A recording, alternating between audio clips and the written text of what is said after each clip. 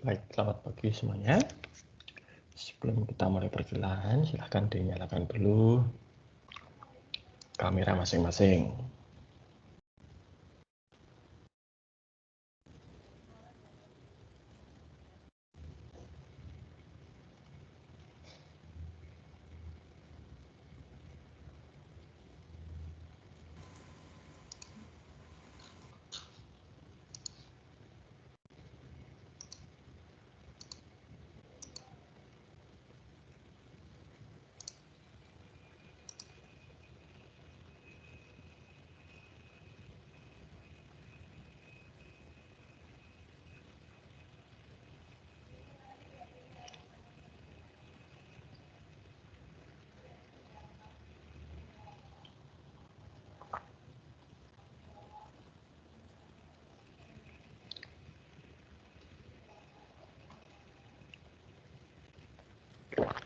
Baik,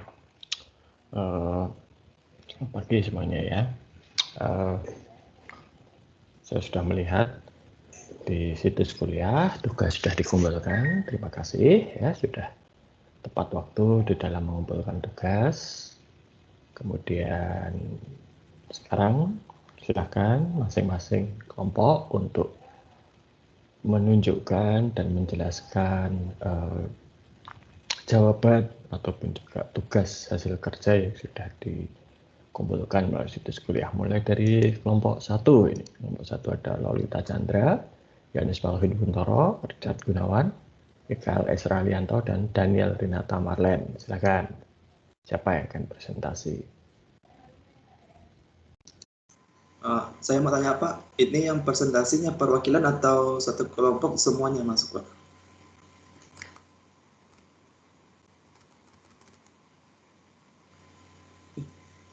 Halo Pak, Bapak masih mute Pak? Ya. Oke, maaf.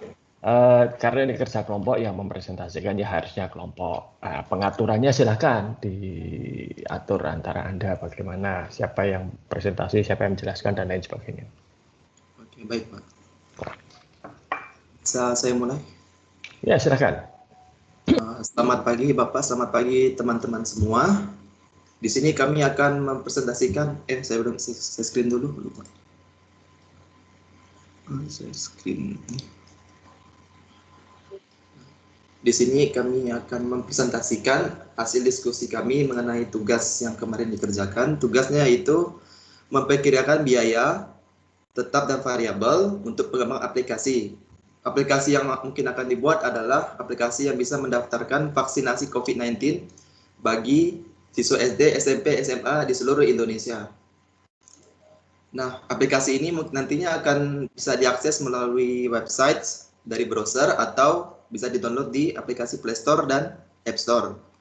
Untuk perincian biayanya, kami mulai dari domain.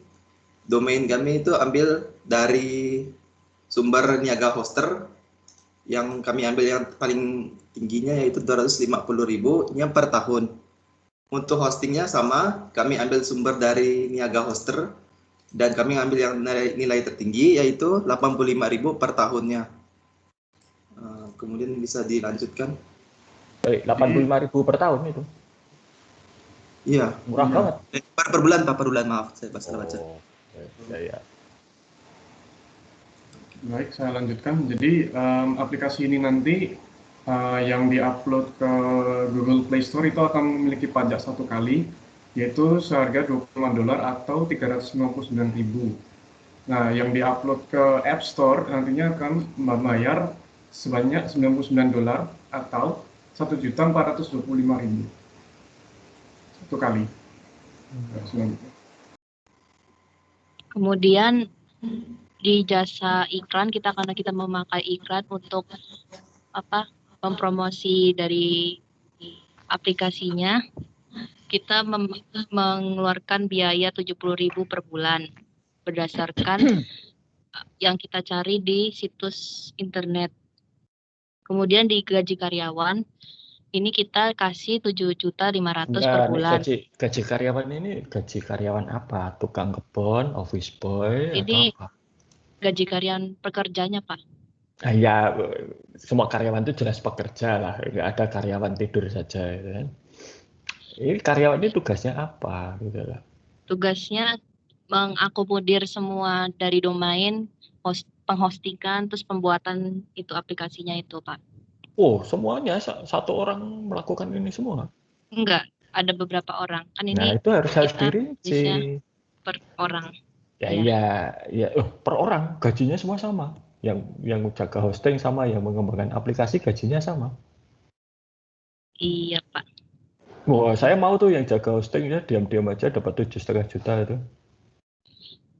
Kan dari jaga hosting itu nggak cuma hosting aja kan, dibagi pekerjaannya. Dia Nah, cuma itu megang harus hosting. dirinci, harus Nah, dirinci. Ya, dan pemeliharaan. Pemeliharaan apa ini? lebih selanjutnya dijelaskan oleh teman saya, Pak. Oke. Untuk yang pemeliharaan itu kita memberi biaya 1.500.000 per bulan itu untuk hal maintenance bagaimana kondisi server, apakah dapat berjalan dengan lancar setiap bulannya, apakah Nah, kan ada error. hosting. Kalian hosting toh. Hosting kan maintenance ya penyedia jasa hostingnya kan. Untuk apa kalian maintenance? Oh, sudah termasuk ke dalam biaya hosting toh. Oh iya, Pak. Lalu tool itu apa tool itu 460.700 sebulan itu tool itu apa bentuknya? Izin menjawab, Pak. Ya, Untuk silakan. Untuk bagian tool itu kami ngambilnya dari Kami ngambil MySQL untuk yang database online itu loh. Untuk Untuk ngodingnya di MySQL. Itu Nah, yang MySQL kan gratis toh? ada ini, Pak. Kalau yang saya temukan di websitenya itu ada yang Website apa? Website apa? Nil boleh coba dibuka? Ya, silahkan. Oh ya, sebentar saya setting dulu. Lalu kalian kan sudah punya server hosting, kenapa harus pakai servernya orang lain lagi? Kenapa tidak ditaruh di hosting itu saja MySQL-nya? Kok nggak bisa? Sudah terlihat belum? Nggak kelihatan apapun. Hanya Mas. Oh ini. Nah, untuk apa ini? Kan kalian sudah punya hosting, kenapa harus pakai ini?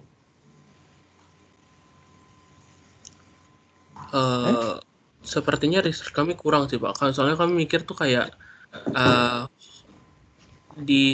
dari hosting itu kami masih harus nyewa tools lagi untuk maintenance-nya itu loh, kerjainnya. Maintenance apa? Loh, kalau kalian sewa hosting itu sudah disediakan database, mau pilih MySQL, Postgre, atau database lain yang open source biasanya. Jadi kenapa harus nyewa tempat lain kalau sudah ada dari hosting?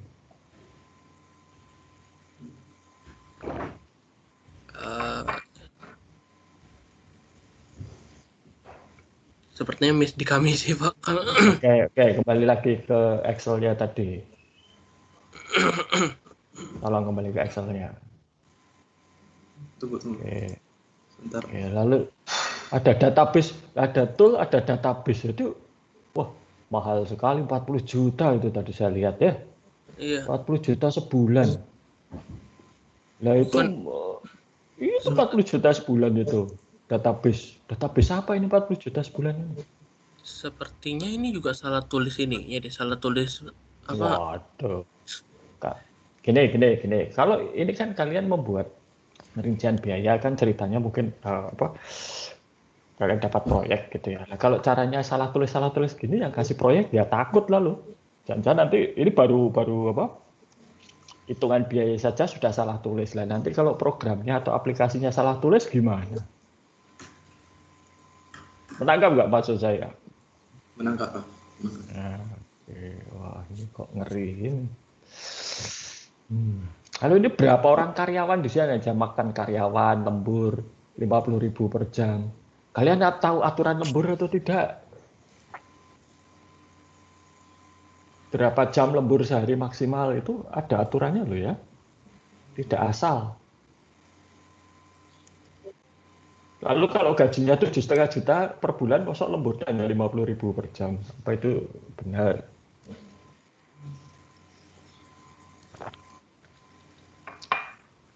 Nyata? Nah, Anda harus cari, ada pelatihan segala macam. Lah untuk apa pelatihan? Pelatihan apa ini? Lalu kok iklan? Oh ini kan aplikasi pesanan, kenapa harus ada iklan? Kalian mau monetisasi aplikasi, mau numpang cari duit dari situ. Halo, kelompok 1? Ya, halo Pak. Ya, kenapa ada iklan segala macam? Kalau iklan kan mikirnya tuh untuk apa ya? Untuk mempromosikan gitu loh, Pak. Bukan Kenapa harus promosi? Kalian baca nggak? Coba dilihat ke spesifikasi tugasnya. Yang tadi awal tadi, yang tugasnya. Mengembangkan aplikasi pendaftaran. Mengembangkan aplikasi, bukan mengiklankan aplikasi. Kalian tuh harus belajar, ya, membaca dan memahami apa yang tertulis.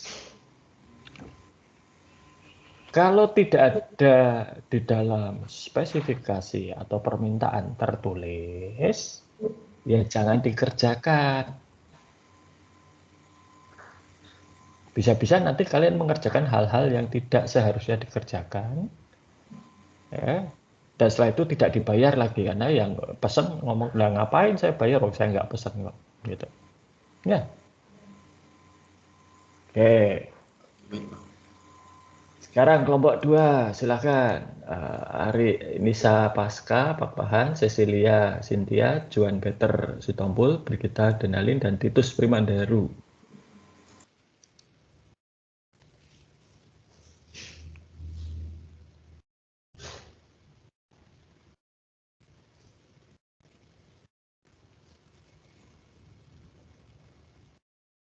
Udah kelihatan, Pak. Oke, ya.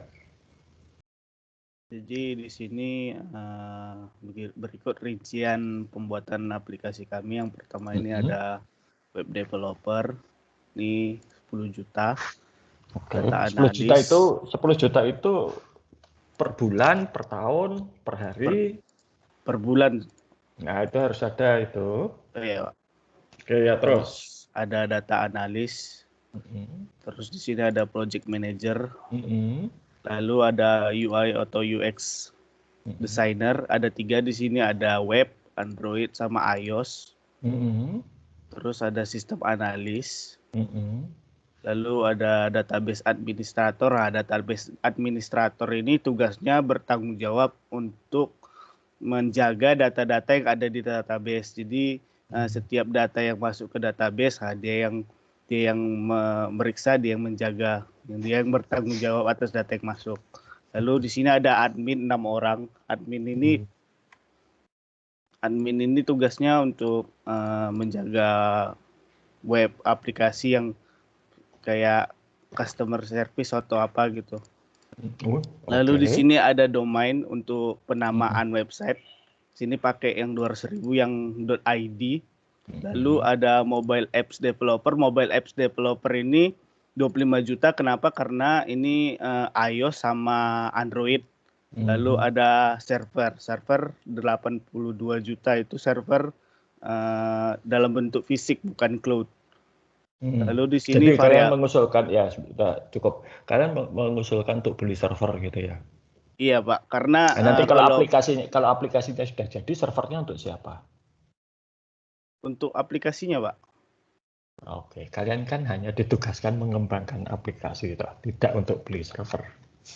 Kalau misalnya saya pesan software ke Microsoft, lalu Microsoft ngomong, nih kamu sekalian beli server untuk kami gitu, gimana?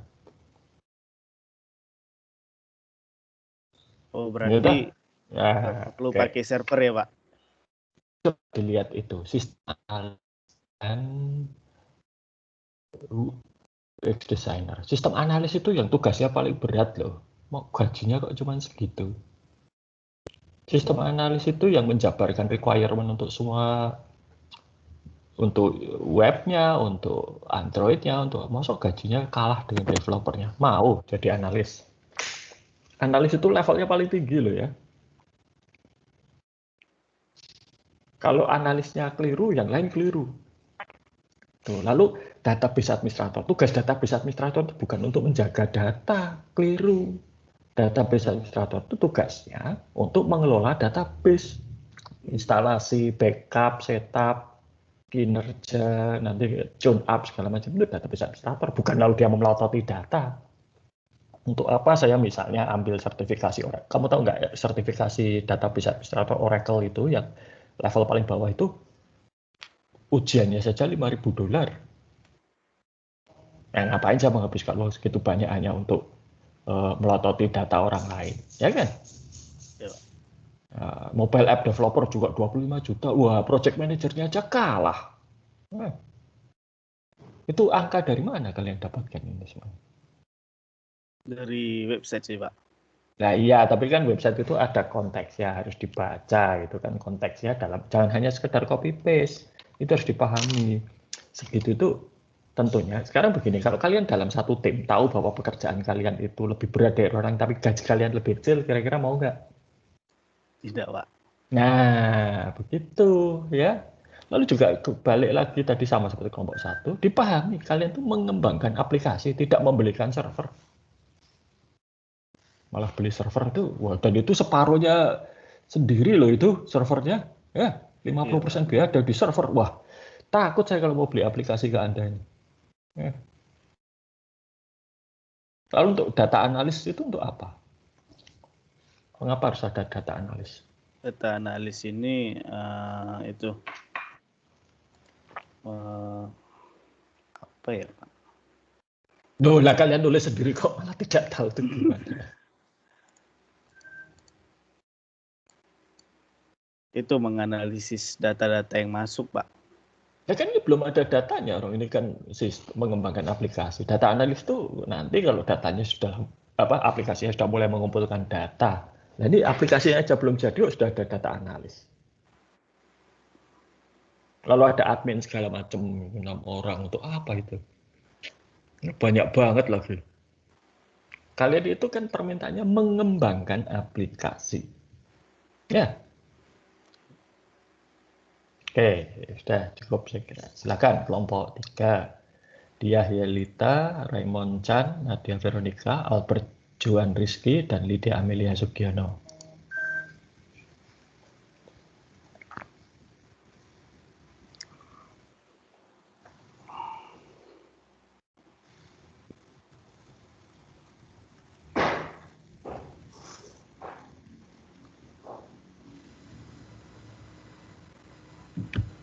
Oke Pak, selamat pagi Pak. Ini SPP pengembangan aplikasi yang telah kami buat.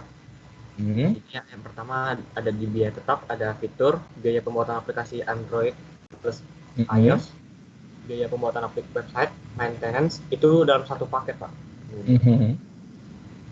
Yang kedua ada dedicated servernya, itu 57 juta per tahun. Ada pembuatan icon dan logo untuk aplikasi. Selanjutnya ada domain 1 juta per tahun, ada gaji untuk iOS developer 9,5 per bulan, Android developer ada 6,5 per bulan, untuk website developer 1 juta per bulan, dan untuk full stack developer ada 10 juta per bulan yang atur front end sama back end. Oke, sekarang saya mau tanya nih. Itu sudah ada biaya pembuatan aplikasi, kenapa harus bayar iOS developer, Android developer, website developer? Tadinya katanya sudah satu paket biaya pembuatan aplikasi itu. Saya asumsikan kalau satu paket itu sudah termasuk biaya untuk bayar programmernya atau developernya.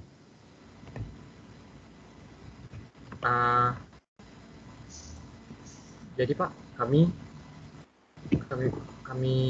yang kami pahami, kalau biaya pembuatan aplikasi dan biaya pembuatan aplikasi Android dan iOS itu untuk ngebuat aplikasinya Pak. Terus yang untuk iya, membuat aplikasi kan yang membuat developer.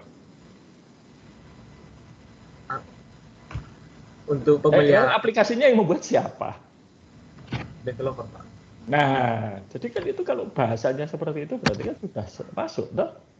Berarti saya bayar developernya 2 kali dong untuk membuat aplikasi dan gaji atau gimana ini? Begini Pak. Jadi untuk pemeliharaannya itu dilanjut oleh iOS developer. Iya, ini maintenance kan sudah ada. Tapi kan ada 2 ini loh. Biaya pembuatan aplikasi Android iOS, biaya buatan website. Kenapa saya harus bayar developer lagi di bawah? Berarti kan saya bayar 2 kali itu. Ya enggak? Iya, Pak. Lalu full stack developer itu untuk apa? Sudah ada iOS, Android, website. Full stack untuk apa? Sebentar, sebelum ke sana. Artinya full stack itu apa sih? Full stack itu yang membuat front end sama back end. Nah, front end itu artinya apa? Front end itu yang seperti kalau web server ada Apache dan kalau ada apa? Apache Pak. Untuk web server. Apache. Iya Pak. Jadi dia disuruh mengembangkan Apache. Oh bukan Pak. Apa? Yang mengembangkan front end dan back end. Front end itu apa? Itu contohnya kayak bahasa pemrograman. Nah iya. Kalau kalian sudah menjawab ada website developer, Android developer, iOS developer, itulah front end. Nah, front end itu artinya ya berhadapan-hadapan dengan user. Lah ya aplikasi iOS, aplikasi Android, website, itulah yang berhadapan dan itulah yang front end. Jadi kalau ada full stack developer ngapain lagi? Oh sudah ada. Yang dibutuhkan mungkin back end developer. Nggak apa-apa. Ya toh? Dan itu ya full stack kalau misalnya benar full stack ya. So akal nggak full stack itu kan depan dan belakang. Mosok gajinya hanya selisih 500.000 dengan iOS developer yang hanya di depan. Masuk akal nggak itu?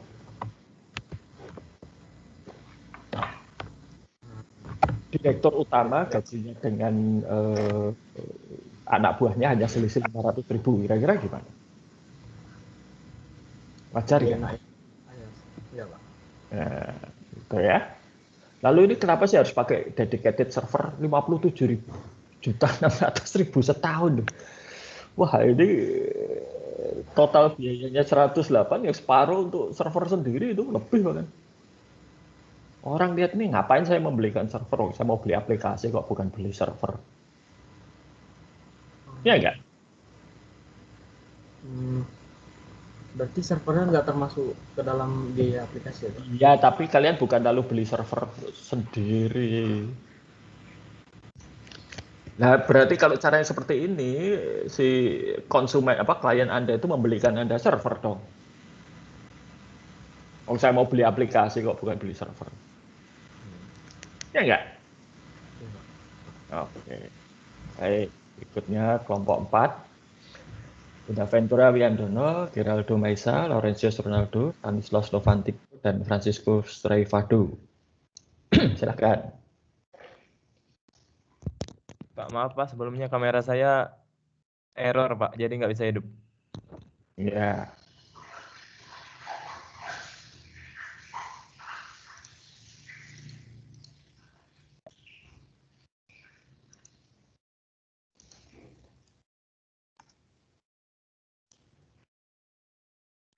Oke.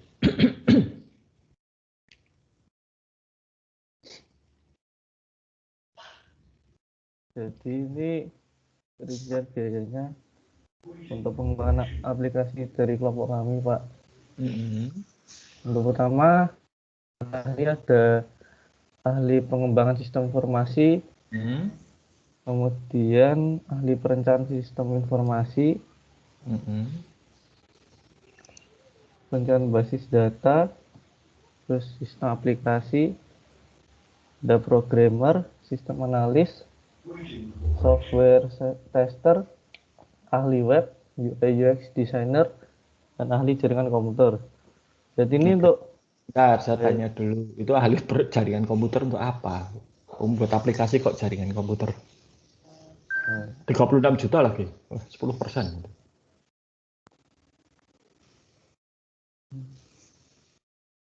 Untuk apa ahli jaringan komputer ini?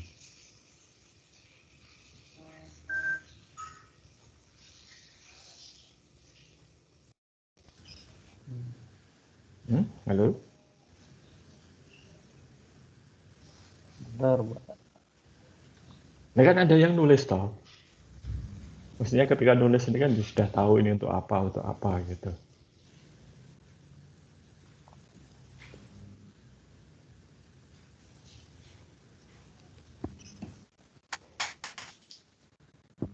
Lalu sudah ada ahli perencanaan sistem informasi, ada 2, basis data, sistem aplikasi. Kenapa harus ada sistem analis? 4 lagi sistem analisnya. Untuk apa itu?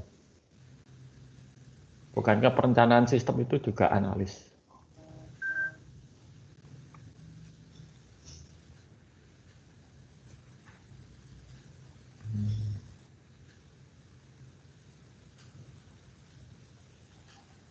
Gimana penjelasannya? Yang lain ini satu kelompok, masa ini satu orang yang ngomong? Mungkin teman saya yang lain bisa bantu jelasin, Pak. Ya, makanya saya tanya, masa yang ngomong hanya satu orang, yang lain mana?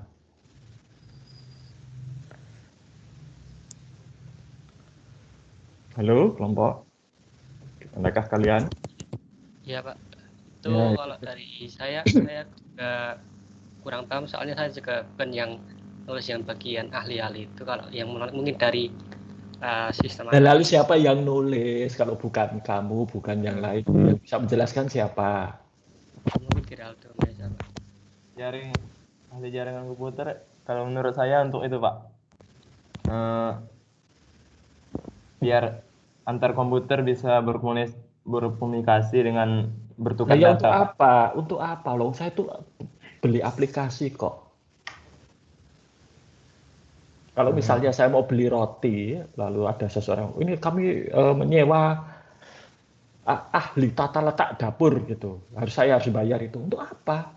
Oh, saya tuh pengennya beli roti kok, bukan membuatkan Anda dapur atau membuatkan Anda jaringan. 3 orang lagi. Ini komputernya ada berapa ratus tuh? Iya, Pak.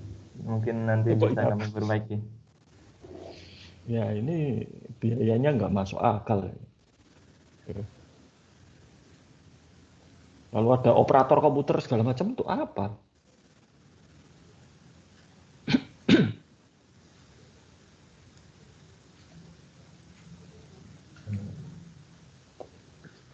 Operator komputer itu gunanya untuk apa?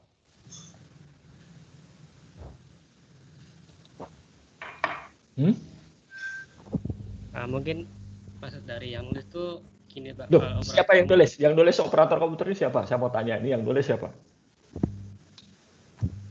Kalau nggak ada yang ngaku, berarti ini bukan tugas yang kalian buat ini. Ada orang lain yang mengerjakan ini. Siapa yang nulis operator komputer? Saya, Pak. Gunanya untuk apa? Ya, nyambung yang tadi itu, Pak. Ahli jaringan komputer. Ya sudah. Oke, berikutnya kelompok 5, Bonaventura Farel, Rido Ahmad, Wimbi Yowas, Yosia Asa, dan Franciscus Febrianto. Silakan. Baik, Pak, bentar. Saya share screen. Nah, di sini kurang pagi, Pak. Ya, kurang besar, saya nggak bisa lihat itu, terlalu kecil tulisannya. Begini, Pak. Ya, boleh.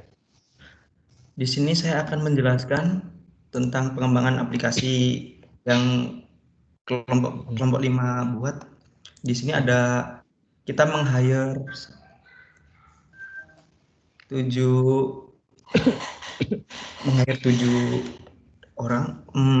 Di sini full stack developer dengan biaya 7 juta, Android developer 6 juta, lalu iOS developer 9 juta, UI UX designer 8, sistem analis 9 juta, database engineer 7 juta, dan project manager 12 juta.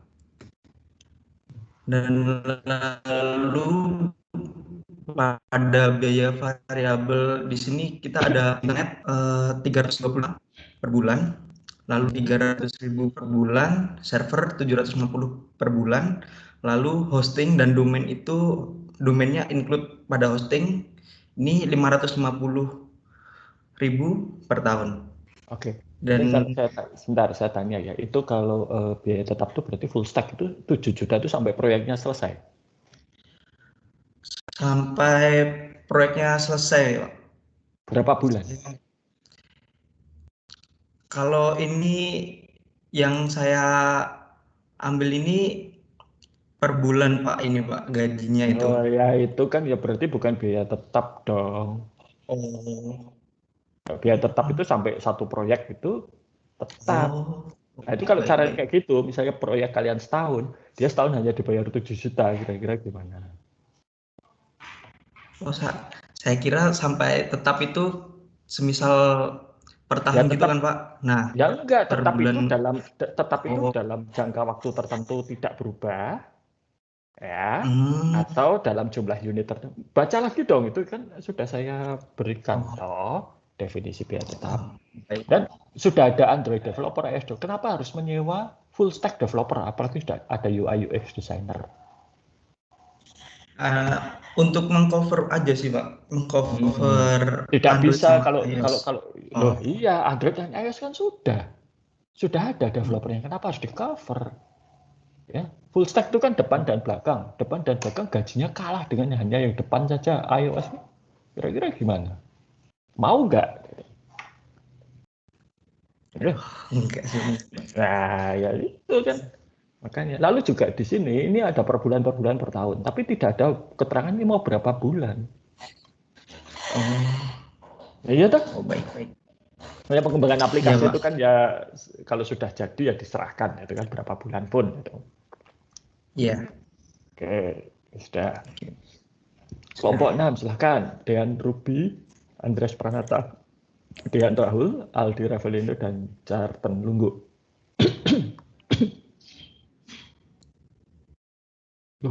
Bentar. Carten Lunggu ini kelompoknya kelompok berapa toh? Kok ada di sini? Alexander. Bentar, kok ada di kelompok 6 ini? Kemarin gimana ceritanya nih, Carten? Yang benar di kelompok berapa kamu? Kelompok 8, Pak. Kok oke, sudah ini berarti saya keluarkan dari sini.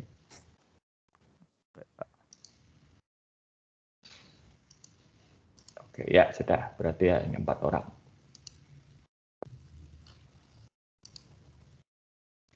Oke, Dean Ruby, Andreas Pranata, Dean Rahul, dan Aldi Ravelino. Silakan. Oke. Domain per tahun, server khusus, betul. Oke, silakan dijelaskan. Kelihatan Pak. Ya sudah kelihatan. Ya di sini untuk biaya tetap ada biaya sewa server hosting per tahun ya 1.100.000. Kemudian ada domain per tahun sekitar 500.000 rupiah. Kemudian ada akun Google Play per tahun biaya sekitar 1.200.000. Kemudian server khusus 400 GB per tahun. 400 GB itu apanya? Penyimpanan. Oh, penyimpanan, oke. Sekitar 2.680.000.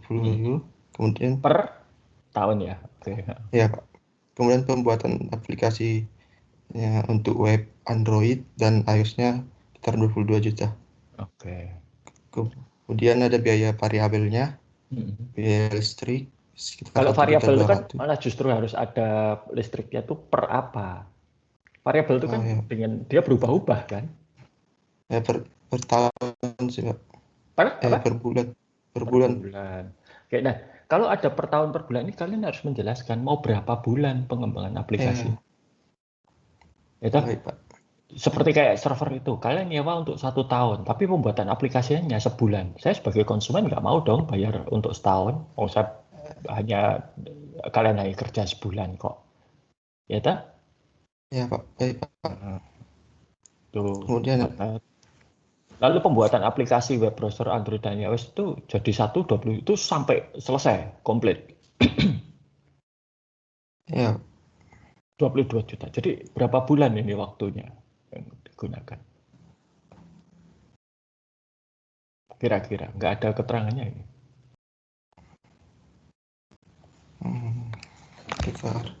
Nah, nanti harus dipikirkan ya. Jadi kalau ada per tahun, per bulan gini, mau berapa lama? Ya. Oke. Sebetulnya di dalam tugas sudah ada kan, yaitu aplikasi akan dipakai kapan ya aplikasi akan dipakai. Sebentar, saya lihat. Akan dipakai Mei, berarti waktunya sudah jelas sekarang Maret, April, paling lambat dan 2 bulan itu sebetulnya. Ya. Oke, ya sudah cukup. Berikutnya kelompok 7 terakhir ya, Carol Ginar, 5D Kerti Yoga, Alfa Sewi Puja, dan Abdul Rahman Syekh. Silakan.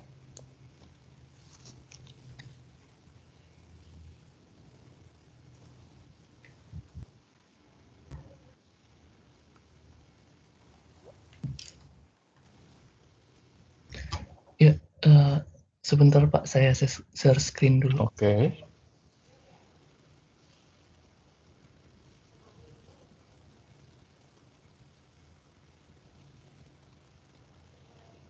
Udah kelihatan belum Pak? Ya, sudah kelihatan. Baik. Ya, jadi ada anggaran biaya personil sama biaya langsung non personil. Nah, ini bagus ini ya. Jadi ada role-nya apa, durasi kerjanya berapa, dan gaji per hari bagus. Oke. Jadi kami sesuaiin saja sama anggota kelompok kami. Jadi durasi dalam pengembangannya ini hanya 30 hari Pak, 1 bulan. Oke, bagus. Gaji per harinya 500.000, jadi totalnya itu 15 juta, ini 9 juta, 7.650, dan yang terakhir 5 juta. Oke. Nah, biaya langsung non personilnya ada 6 Pak, meeting, dokumen analisis, dokumen desain, maintenance, domain, dan hosting. Oke. Terus yang terakhir biaya tetap dan biaya variabelnya 37 juta, biaya tetap dan biaya variabelnya 3.350.000. Coba lihat ke itu ya. Kalau seperti ini tuh malah ini justru adalah biaya variabel karena dia bervariasi tiap hari. Ya tergantung dari berapa hari yang dipakai. Yang tetap itu justru seperti hosting ini tetap karena berapapun mau dipakai berapa kali pun ya bayarnya sekian kan begitu. Domain juga tetap. 1 juta ini kan bukan sebulan, ini setahun mestinya ya. Oh iya. Ya. Jadi kalau yang sekali bayar mau dipakai atau tidak bayarnya segitu itu tetap. Kayak domain, hosting. Kalau hosting itu misalnya ya kalian dapat kapasitas 1 terabyte, mau dipakai 1 mega atau penuh 1 tera ya bayarnya segitu kan. Iya Pak. Nah itu jadi nanti definisi biaya tetap dan biaya variabelnya perlu ditata ulang nih ya. Iya, jadi Pak, kalau berubah-ubah dengan setiap misalnya ya kayak coba naik ke yang biaya personil tadi.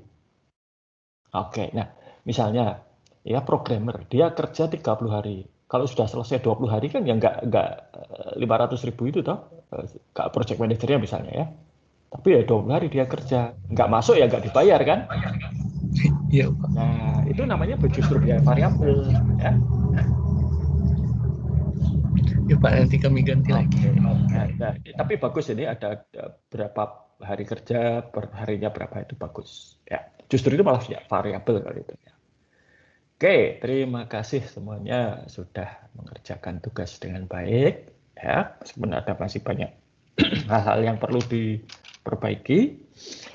Nah, jadi kalau kalian itu diminta melakukan sesuatu, nomor 1 sama seperti ketika kalian akan menggunakan aplikasi, baca dulu spesifikasinya dengan sebaik-baiknya. Pahami betul. Kalau tidak paham, tanya. Ya. Saya bisa dihubungi melalui Microsoft Teams, bisa kirim email. Kalau ada yang tanya, ya saya jawab. Ya. Jadi, kalau kalian tidak jelas, itu biasakan bertanya. Apalagi nanti kalau kalian sudah bekerja, sudah ikut proyek, ikut tender, ya. Kalau ada yang misalnya tender saja mengajukan penawaran, ini kan perhitungan biaya seperti ini bisa digunakan untuk mengajukan penawaran, bersaing dengan pembuat aplikasi yang lain. Satu, kalau kalian tidak paham spesifikasinya, kalian memasukkan dokumen penawaran yang keliru, belum nanti sudah disingkirkan, nggak dapat duit. Ya. Lalu, kalau kalian tidak membaca dengan cermat, nanti justru bisa jadi terlalu mahal, seperti tadi biaya server, beli server dimasukkan, atau justru terlalu murah. Ya.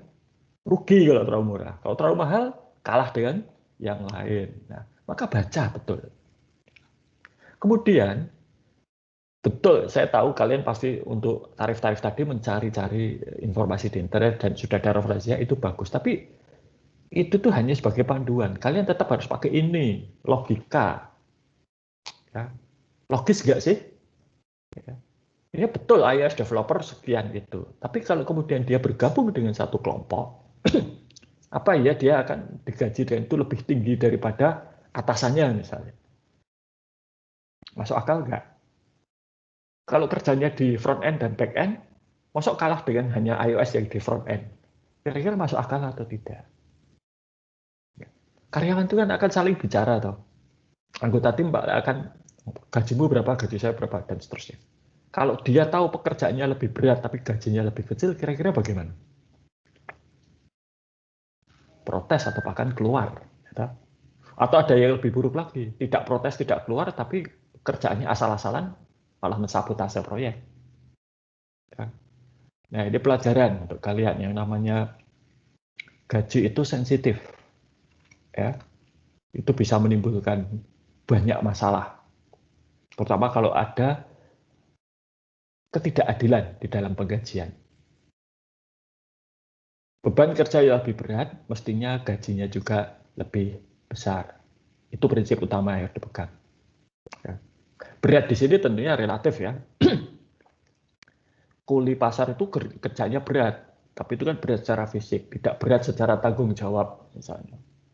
Itulah mengapa misalnya yang pangkatnya lebih tinggi, kedudukannya atau jabatan lebih tinggi, ya gajinya lebih besar karena tanggung jawabnya lebih besar.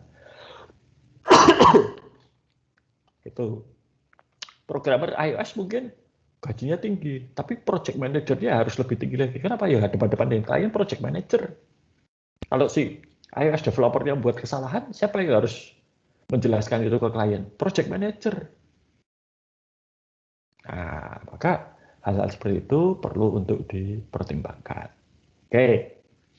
Nah, jadi nanti tolong ya angka-angka atau masukan-masukan saya tadi itu silakan untuk dipertimbangkan dan digunakan untuk merevisi biaya kalian. Kenapa? Karena itu akan digunakan untuk tugas berikutnya, yaitu penetapan harga. Ya, biaya untuk mengembangkan aplikasi ya fokus saja pada mengembangkan aplikasi. Mengembangkan aplikasi itu apa toh? Ya tentunya developernya itu harus dibayar. Kalau ada desainer ya boleh desainer dibayar. Ya, dan tentunya berkaitan dengan aktivitas-aktivitas yang terkait dengan pengembangan aplikasi. Kalau butuh server, ya sewa server nggak apa-apa, boleh. Tapi ya sewa servernya yang masuk akal. Ya. Kalian kan hanya akan mengembangkan, bukan menjalankan aplikasi tersebut. Jadi tidak perlu tadi misalnya MySQL-nya harus nyewa gitu. Kenapa? Wah nanti kalau diajar 40 juta, loh kalian kan hanya mengembangkan, bukan menjalankan aplikasi tersebut. Ya. Oke, baik. Nah, itu untuk nanti untuk tugas berikutnya kalian harus menetapkan harga. Tapi nanti akan saya jelaskan. Saya mau jelaskan dulu mengenai bagaimana kita menetapkan harga. Ya. Baik, oke. Secara umum harga itu ditetapkan, ya, normalnya ya itu adalah harga itu harus bisa satu menutup biaya produksi. Jadi tadi gaji developer, sewa server dan lain sebagainya itu harus tertutup. Dua, menutup juga biaya lain-lain. Misalnya kalau ada pajak, ada bayar biaya-biaya tertentu seperti tadi mungkin akun Play Store, akun App Store dan sebagainya, boleh ke situ. Kalau ada administrasinya juga boleh di situ. Dan nanti selain biaya produksi dan biaya lain-lain, ya, ada juga biaya, mungkin ada biaya penjualan, kalau itu dijual pakai tenaga komisi gitu ya, bisa. Nah, lalu di atas itu masih ditambah dengan keuntungan. Berapa besar keuntungan yang kalian inginkan, nanti dibahas itu. Ya. Terserah kalian mau menetapkan berapa. Tetapi itu yang normalnya seperti itu. Nah, nanti ada pertimbangan-pertimbangan di mana harganya bisa jadi di bawah biaya atau keuntungannya mungkin tidak terlalu besar atau malah justru keuntungannya besar sekali. Sebagai contoh ya, iPhone 10 ini dulu yang saya ingat betul. Ya, sekarang sudah 12 ya. 12 atau berapa? iPhone X itu dijual $1.000. Tapi biaya produksinya itu hanya $200. Ya. Jadi bisa dibayangkan. Harga jual 1.000, biaya produksi $200. Nah, makanya kan Apple bisa kaya raya gitu kan. Bisa tahu sendiri ya kenapa. Oke. Nah, mari kita lihat beberapa harga ini. Ini mungkin sudah satu makhluk yang satu benda yang langka ya, ensiklopedia. Dulu sebelum ada internet, sebelum ada Wikipedia, ya, pedia dari Wikipedia itu kan sebetulnya merujuk pada ensiklopedia ini. Ya. Dulu ensiklopedia itu mahal sekali ini ya. Britannica itu salah satu ensiklopedia terkemuka zaman dulu. Itu satu set lengkap itu 32 volume. Anda bisa lihat ya, ada 29. Harganya itu di tahun 1990 $1.600 lengkap. Ya. Dulu zaman saya SMA ya, sekian puluh tahun yang lalu, kalau ada tugas bahasa Indonesia dan saya menggunakan ensiklopedia sebagai sumber referensi, rujukan, saya dapat nilai tambah, ada nilai khusus gitu ya, dapat bonus nilai dari gurunya. Kenapa? Wah, ensiklopedia ini sumber pengetahuan yang luar biasa. Dan tidak seperti Wikipedia. Wikipedia itu siapapun bisa mengedit. Kalau ensiklopedia itu sebelum masuk ke dalam di sini itu sudah melalui proses informasinya diverifikasi, divalidasi benar. Sehingga yang masuk sini itu benar. Ya, tidak seperti Wikipedia yang semua orang bisa mengubah. Nah, Britannica ini di tahun 90 itu penjualannya mencapai $650 juta. Ya. Yang bisa beli ya pembelinya keluarga kaya atau perpustakaan besar. Perpustakaan kecil itu paling ya versi yang tidak lengkap atau versi lain yang lebih murah selain Britannica. Dulu ini menjadi koleksi di rumah itu, kalau punya koleksi ensiklopedia lengkap itu wah gengsinya tinggi. Sampai kemudian di tahun 95 Microsoft mengeluarkan Encarta. Ini adalah ensiklopedia buatan Microsoft. 32 volume Britannica tadi bisa dimuat di dalam satu CD-ROM sebesar 650 mega. Harganya sedikit di bawah $50. Dan ini bahkan tidak sebenarnya tidak, ini hanya proyek sampingannya Microsoft, ini tidak dijual ini kadang ya. Ketika ada perusahaan komputer membeli lisensi Windows oleh Microsoft diberi bonus ini, sehingga ketika jualan komputer itu, ketika komputernya dibeli, diinstal, itu sudah ada satu CD Encarta ini sebagai bonus. Ya. Dan dengan harga $49.95 dibanding 1.600 tadi ya, wah ini hit gitu ya, banyak rumah-rumah di tahun 90 bahkan komputer personal itu sudah sangat populer. Banyak rumah tangga yang membeli komputer baru dapat ini serupa, sehingga Encarta ini mengalahkan Britannica. Dan Encarta ini juga ada keunggulannya. Saya ingat betul, saya dulu pernah mengakses Encarta ini. Ada animasi, ada suara yang bisa audio yang bisa dimainkan gitu ya, dan lebih bagus secara multimedia lah daripada Britannica. Meskipun dari sisi kelengkapan ya mungkin Encarta ini hanya sekitar 90-92% dari total isinya Britannica. Tapi ya Tetap saja dengan harga $50 selisih itu jadi tidak terlalu berpengaruh. Nah, Britannica kalah bersaing kan, lalu mereka mencoba mengubah dengan menawarkan versi online, tidak lagi tercetak. Harganya $2.000 per tahun. $2.000 itu mahal sekali ya. Itu mungkin lebih mahal daripada cicilan rumah di Amerika Serikat sana. Wah, orangnya malas beli. Ya, rumah tangga biasa ngapain beli $2.000? Nggak sanggup lah. Sekolah kecil, universitas kecil, perusahaan kecil ngapain ya? Encarta saja sudah cukup. Bayangkan $2.000 itu kalau dibelikan Encarta dapat berapa CD itu? 50, 40 ya? Iya, 40 sih. 400, sorry, 20, 40 ya, 40 CD loh. Ya, bisa dipakai 40 orang, 40 komputer. Dan tidak perlu online. Ini. Lalu tahun 95 menjawab Encarta itu Britannica berusaha untuk jualan ensiklopedia di online ke rumah tangga dengan harga langganan $120 per tahun. Nanti kalau ada update bisa langsung. Masih sama juga, tidak banyak yang $50 ya 120 gitu ya. Tahun 96 Britannica menawarkan paket CD-ROM harganya $200, masih lagi 4 kali lebih mahal daripada Encarta. Di tahun 96 Britannica ini penjualannya menurun dari tadi 650 jadi hanya $325 juta setahun. Turun 50%. Cukup signifikan untuk satu perusahaan. Kalau sampai pendapatannya turun 50% itu bencana. Nah, jadi untuk konsumen perorangan, rumah tangga biasa, harga Britannica masih terlalu mahal, meskipun kualitasnya lebih bagus. Ya. Lalu hanya Britannica berusaha untuk turun lagi, ya harga langganan online menjadi $85, tapi ya pelanggan baru hanya 11.000. Nggak cocok ya, 11.000 kali 85 itu berapa? Ya. Nggak sampai $1 juta. Lalu di tahun 2001 Wikipedia muncul dan matilah ensiklopedia seperti Britannica. Bahkan Encarta pun sekarang sudah tidak diperbarui lagi. Dah cukup, gitu ya, Microsoft tidak masuk ke sana lagi. Ini. Nah, ini film Wonder Woman yang pertama ya, kalau kalian lihat. Wonder Woman ini dulu biaya produksinya 149 juta, di luar biaya pemasaran dan promosi. 149 juta itu adalah biaya untuk menghasilkan satu file film Wonder Woman. Itu yang disebut sebagai unit yang pertama, first copy cost. Biaya untuk menghasilkan unit yang pertama.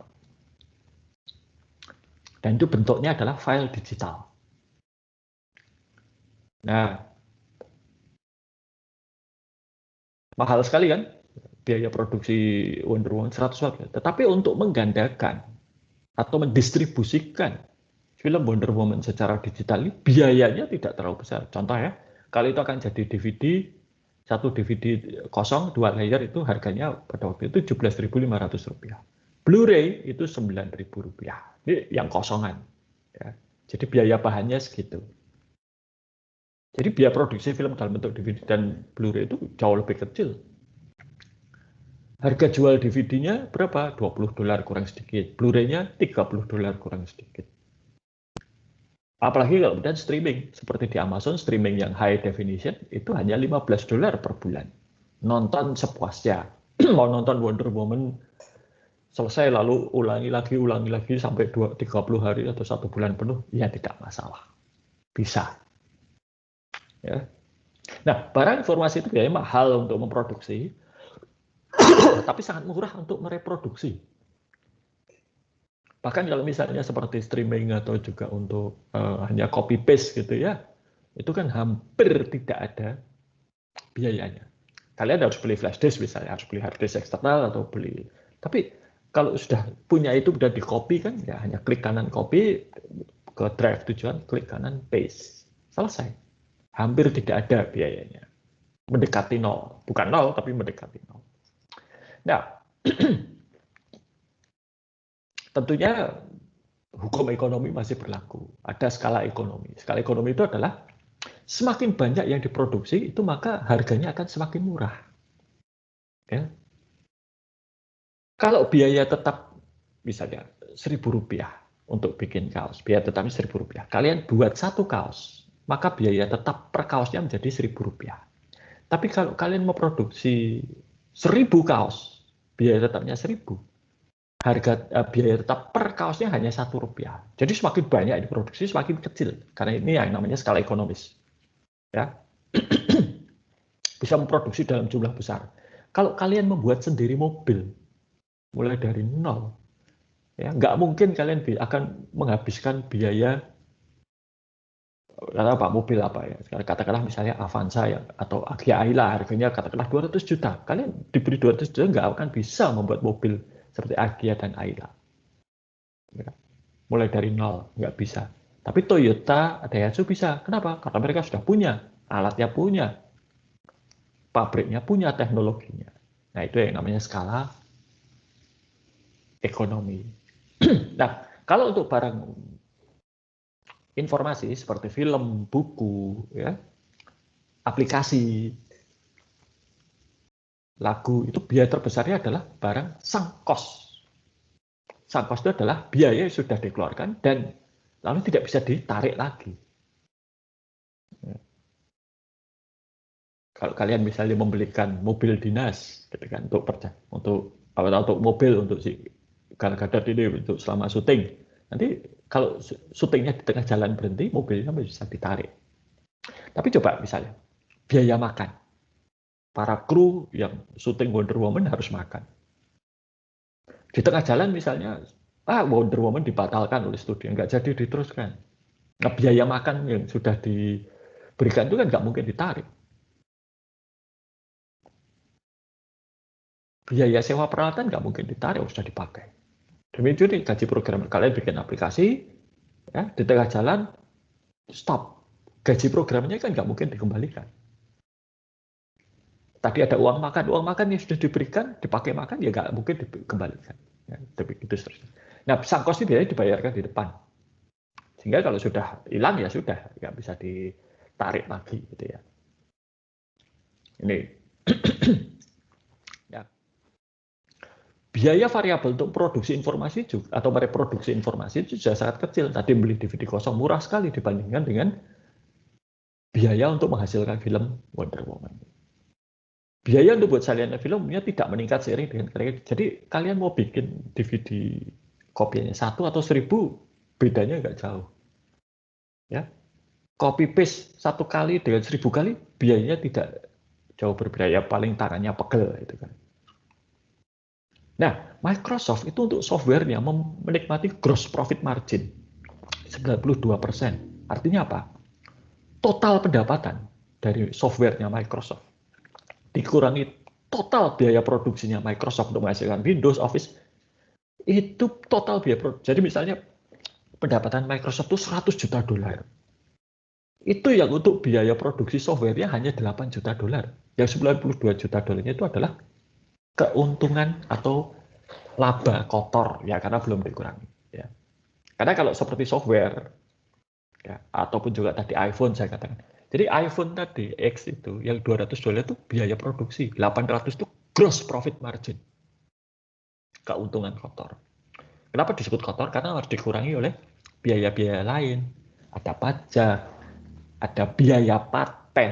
Nah, kalau biaya paten ini adalah ketika membuat satu aplikasi atau satu produk teknologi, ya, itu ada biaya patennya.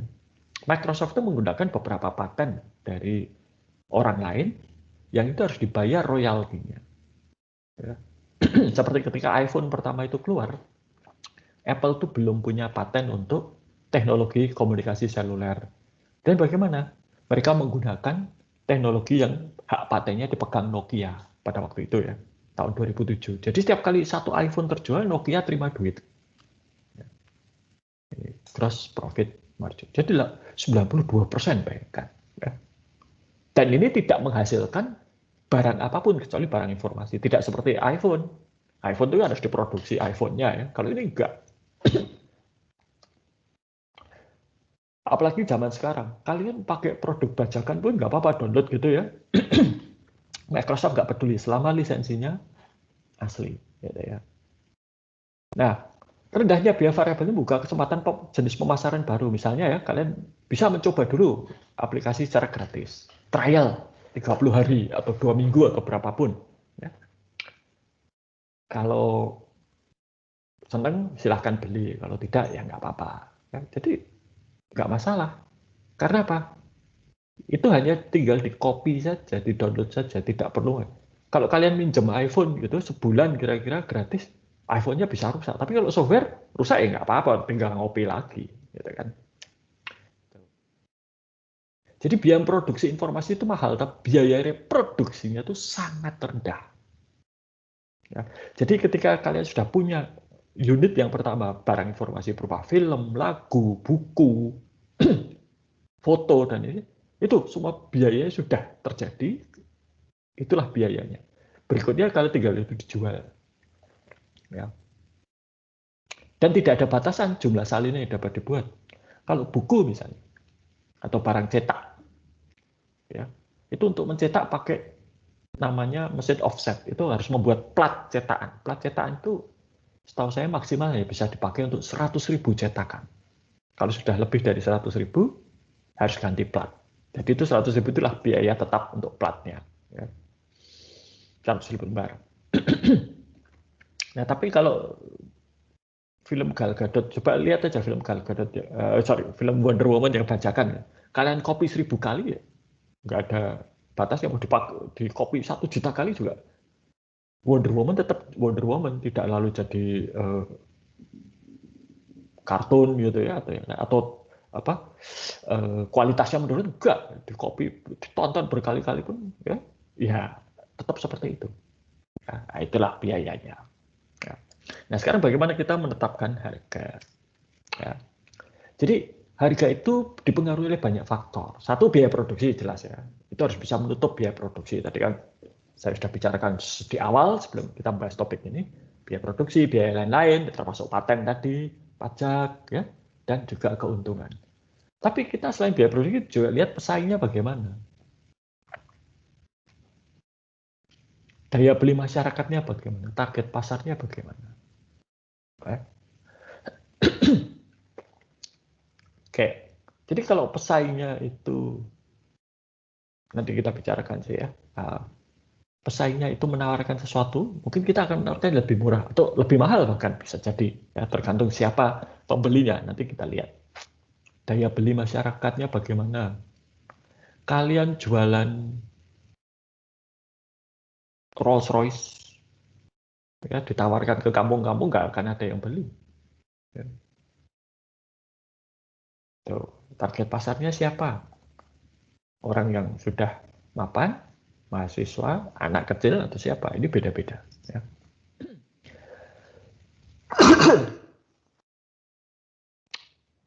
Nah, struktur barang informasi, ciri khas pasar barang informasi itu sang kosnya tinggi dan biaya tambahan rendah. Ya.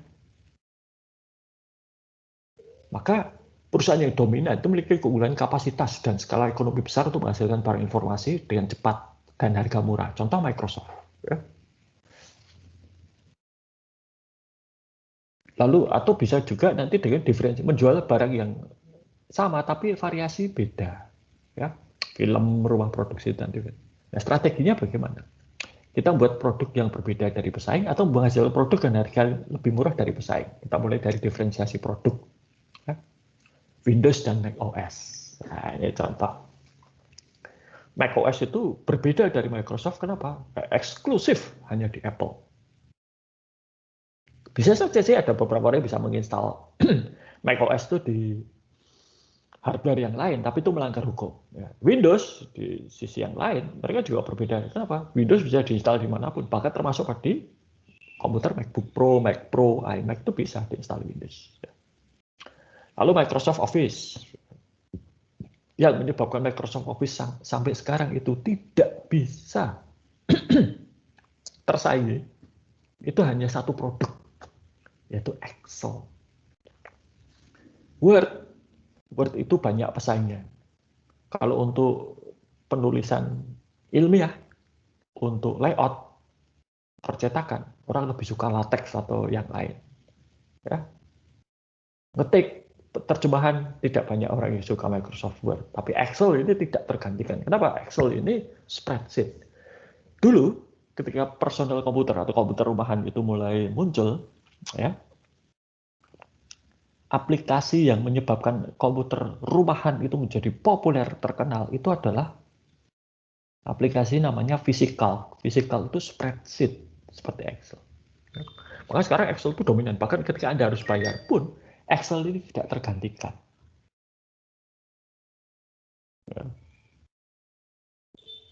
Karena Excel ini formulanya banyak sekali kemampuannya, ya, sering dipakai oleh perusahaan, terutama perusahaan-perusahaan yang berurusan dengan angka. Oke, diferensiasi. Contoh diferensiasi produk yang lain. Ini adalah dashboardnya Rolls-Royce. Rolls-Royce itu istimewanya apa? Semuanya custom made. Mulai seperti ini, pelapis dashboard kayu ini. Kalian mau kayu apa? Selama kayu itu memang ada di dunia, bukan hanya khayalan, itu bisa dipakai. Ya. Mau bambu, bisa. Kayu eksotis dari pedalaman Afrika, tidak masalah. Ya, selama mau bayar, bisa. Ya. Dan berbagai macam, ini misalnya pelapis ini, mau kulit apa juga bisa. Ya, ini setirnya juga bisa kemudiannya bisa di custom, semuanya bisa di custom. Ya. Selama mau bayar. Itu kuncinya.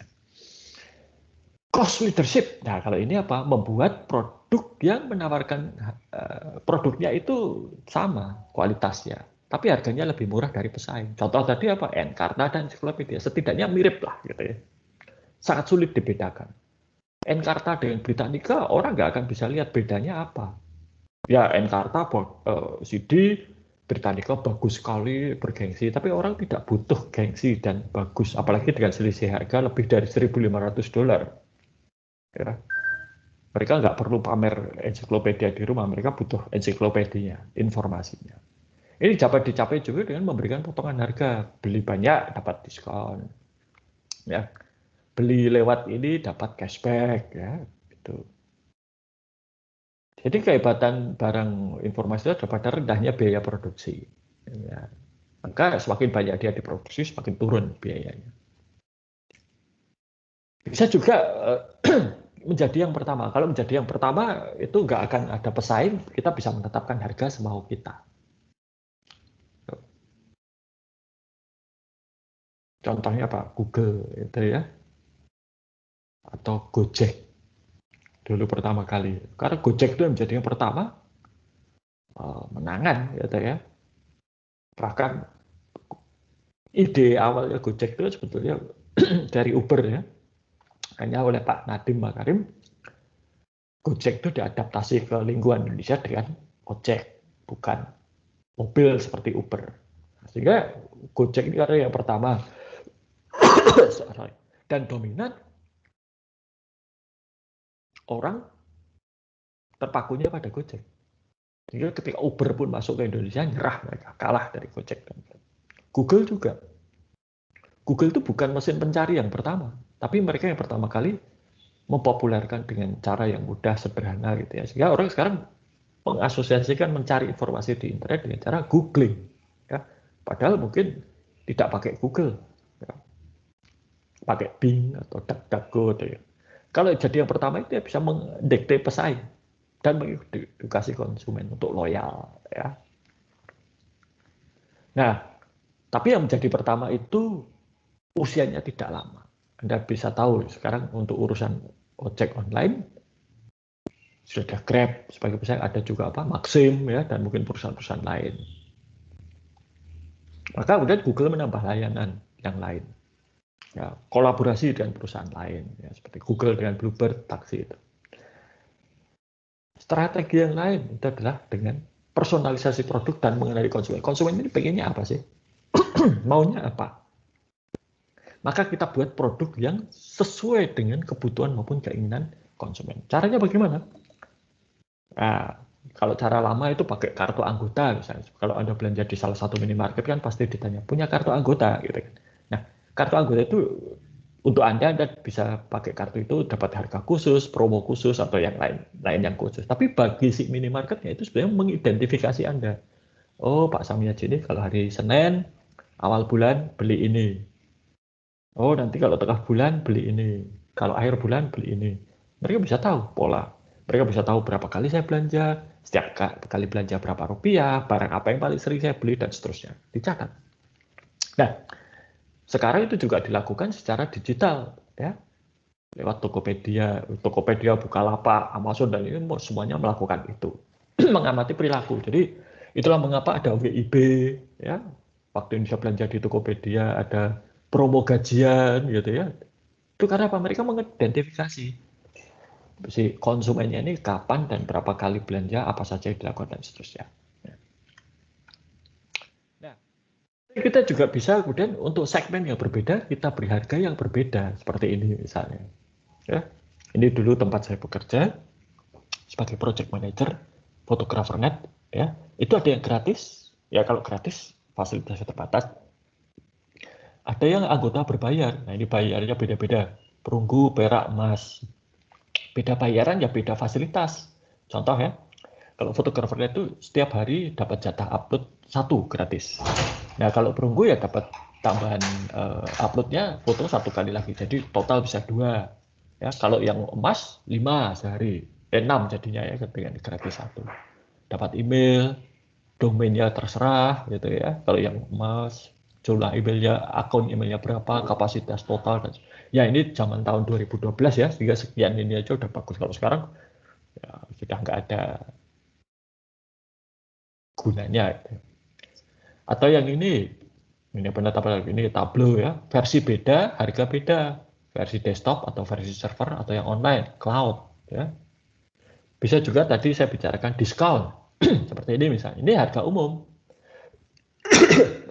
Tapi kalau saya hanya bayar 200. Kenapa? Karena saya dosen. Maka dapat 50% diskon. Ini. Ya. Beda kelompok. Kalau student, sudah free lah. Gitu ya. Ini. Oke. Itu untuk penetapan harga. Nah, ada yang mau ditanyakan tidak mengenai materi penetapan harga ini?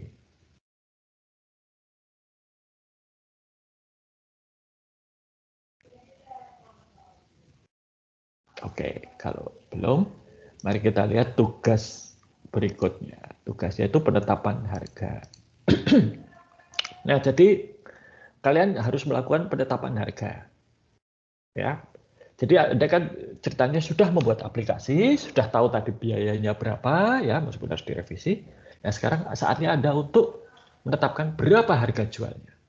Yang jelas, harga jual itu harus menutup biaya produksi dan biaya lain-lain yang diperlukan. Jadi kalau misalnya tadi ada hosting dan lain sebagainya, itu harus dibayar. Ya. Kalau itu ada paten yang harus Anda bayar, ya itu harus dibayar juga. Ya. Kemudian harus memberikan keuntungan kasar, gross profit, antara 15-35%, terserah Anda, silakan. 15-35% ini dari biaya. Jadi kalau biayanya 1 juta, gross profit marginnya 20%, ya berarti 200.000. Sehingga nanti harga jualnya 1.200.000 misalnya seperti itu. Ya. Nah, lalu ada pertimbangan lain ya. 1, Anda itu jualnya per apa? Satu aplikasi utuh, jual lepas, ya, terserah dah jual lepas. Atau mau per user, per bulan misalnya. Satu user, dia ada berapa juta, 40 juta pengguna. Satu usernya Rp1 misalnya, seperti itu. Per bulan, per kali, sekali pakai. Atau ada yang lain. Ya, oh saya sewakan bulanan. Tapi sudah ada yang menyewakan mungkin pakai domain dan lain sebagainya, silakan. 1 bulan berapa rupiah? Ya.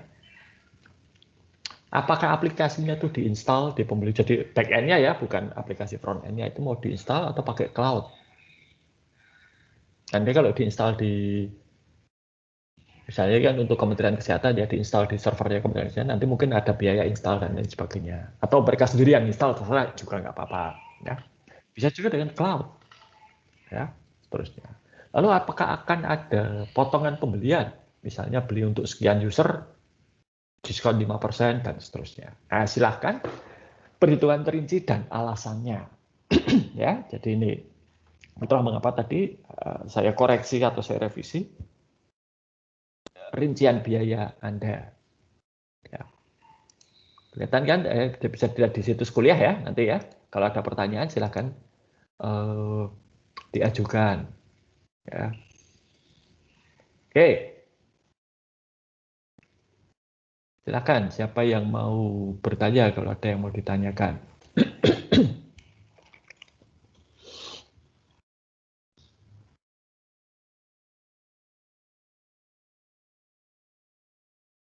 Oke, kalau tidak ada, saya kira cukup sampai di sini kuliah kita minggu ini ya. Silahkan dikerjakan dan sampai jumpa minggu depan.